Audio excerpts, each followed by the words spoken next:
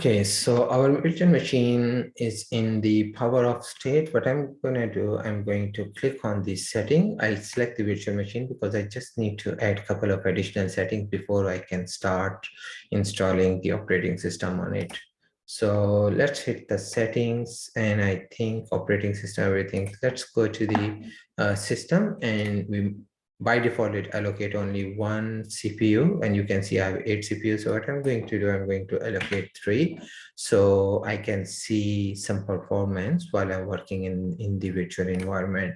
I'm not going to change anything on the display side. Storage is there.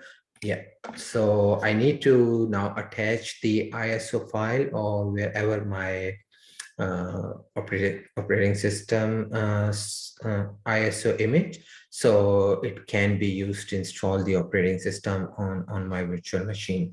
So you can see that's the hard disk that we have created as part of creation of the virtual machine. But then we have a virtual CD-ROM or DVD-ROM that we can use to attach the ISO for installing the operating system. So what I'll do, you can see there's an icon in here, and I'm going to click on it, and I can choose the disk file.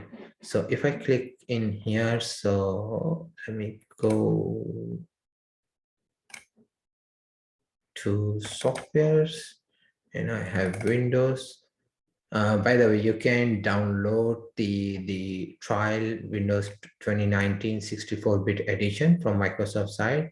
Currently, Microsoft is facing some issue in providing the direct download from their website. So they have set up the alternate site, which I'm going to actually put the link in the description. So you can download the exact same source from Microsoft website. And even in the next, in one of the video, I'm going to show you how you can reuse the virtual machine that I have created by yourself. So if you don't want to go through this exercise, you just want to use the prepared virtual machine, there's a way which you can follow on. So leave it for the later video. And I have, considering I have already downloaded the source, so that's the ISO file. I'm going to select it. So now my ISO file has been attached. I don't need audio. I'm going to stick to the network because I'm not creating any virtual network at this stage. So net is enough for me. Not going to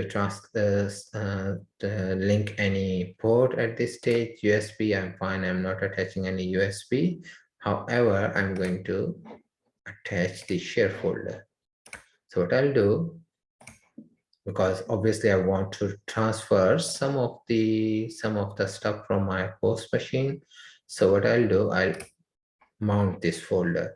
So once our virtual machine is up and running, we will see that this folder will be available from our host machine. So we can easily transfer the data between host and the virtual operating system. And that will be very helpful because sometimes we have already downloaded some of the stuff on our host machine that we can reuse on the virtual machine. Otherwise, we have to re-download the whole stuff again if we don't have that connectivity.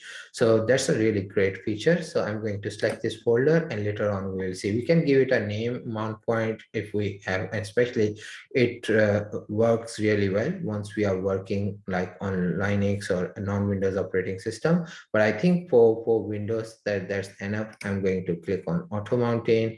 If we click on read only, that means we cannot do any write operation from the guest back on the host. So I'll leave that unchecked, and I'll click on OK.